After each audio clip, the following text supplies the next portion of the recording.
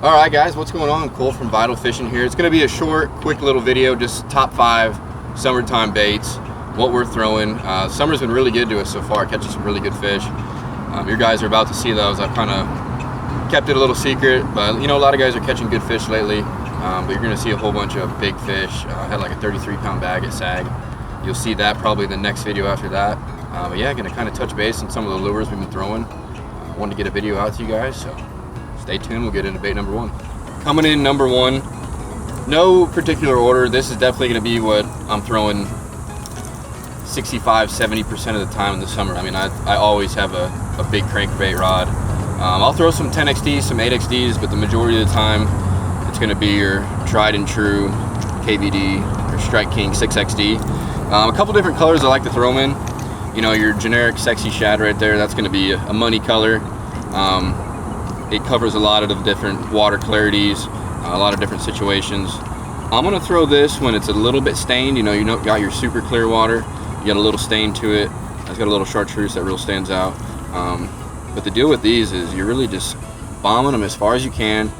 Throw them on 10 or 12 pound line, fluorocarbon, and you're going to want to really just kind of dredge the bottom. You can throw them in shallower. I mean, you can throw this in like 10 foot and just dig like crazy. Burn, pause. Sometimes just slow rolling it. You got to really kind of see what they're wanting. But the majority of the time, I'm burning this. You know, I'm trying to get that school fired up. Summertime, you're fishing deep points, canyon walls. We're fishing current, a lot of current breaks, and we're ripping these 6XDs around. Another good color right here is going to be your citrus shad 6XD. It's going to be a great dirty water color. It's still kind of natural. It's got that shad profile, but you know, you got a little orange chartreuse on the belly, kind of a blue-green top there. This can really get them fired up. Sometimes, if they'll eat this and they're fired up enough to eat citrus shad, I'll throw that because they really get going. You start catching a whole bunch of fish. Something like this, that's your blue gizzard shad right there. That's going to be more your natural. So maybe you go in there with your big, bright, you know, attractant citrus shad, and then you come back, follow it up with a little blue gizzard right there. Great way to target summertime fish, and you can cover a lot of water. I mean, I'm burning this, and it's crazy. I mean, burn it as fast as I can, stopping. I throw it on a 6-2-1 Prado DC reel. But yeah, you can really stack up, find fish stacked up, and burn this through them. And you can usually get a good reaction bite out of them. One of the most key things about 6XDs and cranking in general, deep cranking, I like to fish different angles. Say you find some fish on the graph, you're fishing them, and they're not hitting on one angle. I'll, you know, put my trolling motor on 100 speed, go around, bomb a cast over them, hit them from a couple different angles, and kind of see what they want. Once you figure out and catch a fish on that angle, kind of look at your land waypoints, your landmarks, and kind of see where you're casting, see where that fish hit, you know, what part of the water, and then just keep making that same cast and just competitive. I mean, you might throw 15 casts and not even get touched, but that 16th, 17th, 18th cast, you might catch 3 in a row. So once you get them fired up, so that's going to be bait number 1, 6XD by Strike King. Probably one of my all-time favorite baits. So on to bait number 2. What I'm throwing on this, I didn't touch base on that. I told you I was throwing a 6-2-1 Prado DC. This reel is awesome. I don't think I've ever cleaned it, oiled it once, had it for about a year and a half. It still performs. I mean, it's awesome. You can really launch a cast pretty far with these. I'm not throwing it on anything special rod-wise. You know, not expensive at all. It's like a $100 rod. Bass Pro cranking rod. You know, it's a composite, loads up real nice, pretty durable. I mean, cheap foam, but it's comfortable. It works for me just fine. I got a whole bunch of them. Do awesome for me. But this is a 710 medium heavy.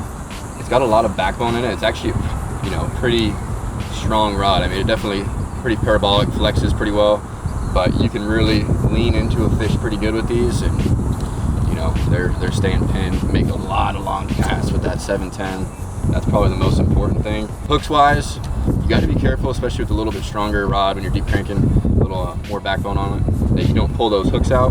Those hooks on those Strike King baits, they kind of suck, so I've definitely replaced those. They come with size 2s. You can go to size 1 if you want. I know that's what some of the guys do. Now that we touch base on what we're throwing this on, let's get into bait number 2. All right, guys, coming in with bait number 2, we have the 1/2 ounce football jig. So I actually tie these myself. Dylan and I both make our own. Basically, you got your lead mold, pour the lead in there in the lead pot, pour it in the mold, take it out with your hook. I'm throwing a Owner deep throat. That's a 4/0 right there. And then I got a little brush guard that I put on after I paint them, and then I use a wire and I tie that skirt on there. Real easy to do. I mean, you save a lot of money too, and you're using the best stuff there is. This color right here, I'm pretty much with jigs majority of the time. It's green pumpkin. I'm totally out of green pumpkin. I've tied all these crazy colors, and I throw really strictly just green pumpkin. I really like my green pumpkin blues, just a little blue flake in there, a little bit of green flake. You can do just like a little mix, like I have a little dark brown mixed in this one. I'm not sure if you can see that. But they're all going to be different variants of green pumpkin for the most part. Some guys like their PB&Js, their browns. I just like that green pumpkin. I mean, obviously you're trying to match the hatch, but that green pumpkin majority of the time, it works really well. And I'll just kind of vary with a little bit of blue here, a little bit of green, and figure them out that way. But jig is, I'll throw a jig all times of the year. But summertime it really shines, especially at like Bartlett, Roosevelt. Those are some really good jig lakes. But pretty simple to fish. I mean, put a little chigger craw, 3-inch trailer on there. Or really whatever your favorite trailer is. I like the chigger craws a lot. Just a nice compact jig, and then I'll trim the skirts up too so that bait can really flutter. But I'm throwing it right here on a 7.4 medium heavy Johnny Morris Platinum. It's a little light. I would rather it have a little stiffer rod, a little more backbone, but it definitely works. 14-pound XPS fluorocarbon, and then I got a real high-speed Shimano Chronarch right here. Yeah, I mean, a jig is just one of those lures. When they're not hitting reaction, I'm not really a big drop shot guy unless I'm smallmouth fishing. So I'll throw a jig majority of the time if I'm fishing slow. But yeah, this football head, throwing heavy rock cover. You can even get away throwing it in timber and stuff like that. It really doesn't get hung up too much. If you feel a rock or some timber, just kind of just pull it over. I mean, don't yank on it. Just kind of pull it right on over with your rod tip, and it'll come out real easy. So jig, great bait when you're just fishing around slowing down. So coming in number 2, football head jig. Coming in number 3, we got one of my favorite finesse ways to fish. It's a shaky head. I'm throwing on a 7.2 medium Johnny Morris signature Daiwa Tatula. That's a 300 size, but it also actually has a 2500 series handle on it. I don't like that T-wing handle. I like just a regular handle. The 3000 size holds a little bit more line. It's going to have a little bit better retrieve. You're going to get lining quicker with that bigger reel. Super smooth reel. But yeah, I'm throwing this. It's not actually a true shaky head. It's an owner block head, but I rig them weedless, and that's a Berkeley Magnum Hitworm green pumpkin. You can't go wrong. This thing absolutely gets bit. This one's pretty shredded. I was throwing it the other day. Probably need to retie too, a little shredded there. But I'm throwing this on 15-pound Seaguar Smackdown right here as my main line, and then I'm coming to 8-pound XPS fluorocarbon. You can do a 10-pound too, 8, 10, whatever you're feeling. Depends how heavy the cover is, but 8-pound you're fine. I mean, let your drag do the work. But that's a 1/0 blockhead right there. I'll throw the owner shaky heads too. I'll throw the Buckeye Lures shaky head. But that Berkeley Magnum Hitworm, great bait. I guess since I have this one tied on, if you had it out there, you got a tree up there like that. But honestly, cast it out and then kind of just let that shaky head do the work. I'll let it flutter down to the bottom, then I'll kind of just pick it up. I think I might have got bit there, but just kind of pick it up. Sometimes you kind of just shake it along, kind of pick it up. I kind of fish a shaky head just like I would a jig. Kind of drag it, just kind of pick it up over those rocks, let that tail flutter. And if you get a bite, just kind of lean into them, and it kind of hooks. That's pretty easy. These baits are pretty soft. So that's one bait I like a lot. Is this Magnum Hitworm right here.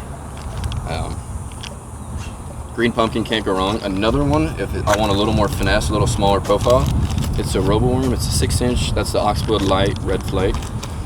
This thing's awesome. We got a killer summer at Canyon a few years ago on Shaky Head, and just that Oxblood Light. We were throwing a 7-inch, but the 6-inch, a little more finesse. Throwing on like a 1/16 or an 1/8 ounce Shaky Head and light line, and just kind of if there's any kind of current in the water, if there's any kind of disturbance, there's a lot of wakeboard boats this time of year. You throw it up, I'm not kidding. I mean, you can just kind of dead stick it, and that wake from the boats, any kind of current you have, it's going to kind of just shake that little tail, and it's kind of a do-nothing bait if you're really finessing it. Usually I'll do that Berkeley worm, but if they're really not hitting, I'll throw that Roboworm. It's a lot more fun to fish with than a drop shot. I think you catch a lot better size fish than you do on a drop shot, and everyone's throwing drop shots, so something different. But next 2 baits, Dylan's actually going to cover, so those are pretty much my top 3 baits for the summer. I love throwing topwater too, but Dylan's going to go ahead and cover that. So There you go, Dylan. All right, guys, bait number 4 for this video is gonna be a topwater. In particular, I usually like a frog. I feel like a frog is kind of a misconception bait where people are always throwing them. Oh, it's gotta be around mat, it's gotta be around grass. I'll throw these up against bluff walls and pretty much any sort of cover out there. Mainly just because, I mean, it's a white bait. Twitching along the surface, it just looks like a shad if you're throwing along a bluff wall. And most of those fish in our lakes are kind of getting out of the spawn stage. They're pretty well out of it, but those shad are starting to move up and they're feeding on shad. So something that's gonna imitate a shad really well. If you're fishing a lot more expansive water, something like a spook that you can cover a lot more water, a buzzbait will do you a little better. But I think overall, I've had more luck on a frog just because I can fish it in that open water. Me and Cole, what was it, last year at Alamo, I was fishing a frog in 70 foot of water on schooling fish, and every fish we were catching was 2-3 pounders. You were catching the bigger ones too. So a lot of those smaller fish, they were hitting that bait, and I just wouldn't hook set. They'd spit it out, and a bigger one would grab it. I'd hook those ones. So you can kind of weed through some of those smaller ones doing that. Then again, if you do go up on the bank, you get into that cover, some of those fish are going to push deep into that shade, and you can take a frog and you can skip it. You can get it up underneath that cover. So it's a really versatile bait to kind of fish anywhere as long as those fish are shallow, because you can fish them midday if there's good shade, throw it in that shade pocket, and those fish will be aggressive enough, they'll eat it. But gear for this one, kind of same thing as a jig, honestly. A high-speed reel, this is just going to be a Lew's Pro SP 8 1-to-1, so it's a very fast reel. That way you can get that bait out there, get it back in fast, get it back out to where you need to, especially if you're fishing shade pockets. You just want to cover as much water as possible. As for a rod, this is going to be a 7.3 medium heavy. It's a pretty stout rod, but it's still going to be pretty parabolic, so when I hit a fish, that rod's going to load pretty deep, not letting those hooks come out, but it's stout throughout the whole thing, so it just keeps those fish pinned. I like a little lighter braid. I usually throw them on 40-pound braid. 50 is going to be if I'm skipping heavier cover. If not, I'll even go all the way down to 30-pound if I'm really just fishing open water. That thinner line, you can get away with it a little bit easier. So, but that's definitely going to be bait number 4 for that video. That's one of my favorites. Definitely going to be a frog. What kind of frog is that? So this one here, this is a Jackal Gavacho or the Jackal Kyera. Those are pretty much my 2 favorite. If I'm really trying to keep that bait in one spot and not move it much, I like that Gavacho, that popping mouth. You can kind of see it. It allows that bait to really not move very much. And I just sit and twitch it, I can just walk that bait right in place and it's not going anywhere. But at the same time, I can definitely chug that bait and get a lot bigger pop out of it. So all depends on how you want to fish it, but really just easy to just slow walk it right in place. And if there's a fish, say, in a tight little piece of cover, I can get that. Oh, what the hell are you doing, Dylan? Cut the camera. God, you backlashed it. Let me see that. I hit the tree. Oh, professional overrun. Professional overrun. Happens to the best of us, but. Come on, Jake. Let's try this again. Come on, Jake Wolf. Let's try this again. All right. So you can get that bait right up next to that cover, and once you've got it there, it takes minimal effort to get that bait to get him out of movement, but you're not pulling it away from him. As where, like, say, a buzz bait or some sort of walking bait, you're gonna walk that bait right away from that fish if they're sitting there and they're not super aggressive. So real quick, just what about walking a frog versus walking say a spook or jaywalker, just because it's a lot different. So when you make that action with your rod. So yeah, big thing on when you're walking a frog versus walking a spook. A spook, you can make pretty big rod movements. You want that bait chugging pretty hard side to side, especially if it's like a 1-knocker bait. The harder you hit that thing, the more it's gonna clack and make a bunch of noise. A frog, you really don't need to move it all that much, especially depending on the frog. A bigger frog, you may need to hit it a little harder, but especially like a small frog like that Jackal, Kyera, it's gonna be just little rod twitches. I mean, you're basically just shaking the slack line to get that frog to walk. So there's really not a whole lot of movement to it, and just real slow reeling in the reel. But as soon as that fish hits it, that fast reel allows you to just do one handle crank, pick up any slack, and just hit them. You want to hit them pretty fast. I don't really believe on waiting on fish. When they hit that, as long as I feel them, I hit them. Because if you're missing it, it's probably a smaller fish. That big one's gonna get that frog right away if they're coming up for it. So that's gonna be my go-to bait for topwater. It's gonna be a frog. On to bait number 5. All right, guys, on to bait number 5. So I really like some sort of a jerkbait or a dying shad profile, especially for the month of July. Like I was saying, a lot of those fish are gonna be moving up chasing shad. So some sort of shad imitation is definitely gonna be a go-to. A jerkbait is just imitating a dying shad. This year and last year, I've kind of been more on a hard jerkbait bite, but I mean, growing up, all my ever go-to was just that white ice of just that Zoom Super Fluke. I mean, me and a lot of my buddies, we've done some damage on those things because you can skip them, you can throw them heavy cover, fish them weedless, you can fish them with a nose rig, open water. Your hookup ratio is going to be great on them. It's just an extremely versatile bait. You can even throw the dang thing on a Carolina rig and fish it down on the bottom. It's just something you can fish almost everywhere. But this year especially, I've been kind of more on that hard jerkbait bite. just that real erratic action. Just looks like a dying shad or a fleeing shad, and even if a fish is not wanting to feed, it still is gonna fire him up. Just bombing that bait out, you can fish it tight to cover. If not, usually on like big main lake points or in the backs of cuts where there's some trees down deeper, that bait will just run right over top of them. Hit that bait and just change up that cadence on there. Sometimes it might be hit that bait a couple times and let it sit for 10, 20 seconds, 30 seconds. Some guys let it sit longer. 10 or 20 is beyond what I'm gonna do usually. Usually 10 is pretty long, but twitch it a couple times and just let it sit. If you're not getting anything, speed it up a little bit faster. But I mean, if those fish are fired up, that water's hot, water fishing current or something like that, I'm gonna hit that bait, hit it. I'm gonna move that bait pretty dang fast. As for gear, I've got this on a 7.2 medium action rod.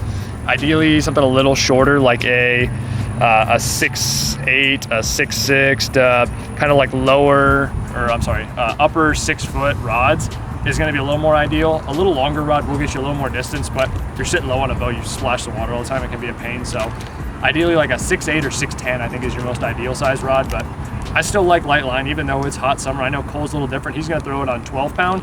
I'm gonna throw these typically on 10 pound. I usually like it a little bit better, but 12 is also fine. Once that water cools, you can go a little lighter, but 10 to me is the most ideal size. Hooks, these are stock hooks. This is the Jackal Re-Range, big Jackal sponsorship, throw sponsors. But yeah, Jackal Re-Range, that's by far one of my favorite jerk baits. It's got good hooks that it comes on it, but again, I usually upgrade them. I'm gonna go to ST36s once these ones go dull, which they kind of have, because bite's been pretty good this year on a jerk bait. But semi-fast reel, so this is a 7/4-to-1 reel, so something a little quicker. I think if you have too slow of a reel, you're just trying to pick up slack the whole time. If you got too fast of a reel, I feel like it carried away and I'm working that bait way too fast. So something that'll kind of keep you in tempo with that bait is definitely gonna be ideal. But a jerk bait for me it's something you can fish year round, but especially when those shad are moving up and dying, and it's just a killer bait. It definitely matches that profile that you're after.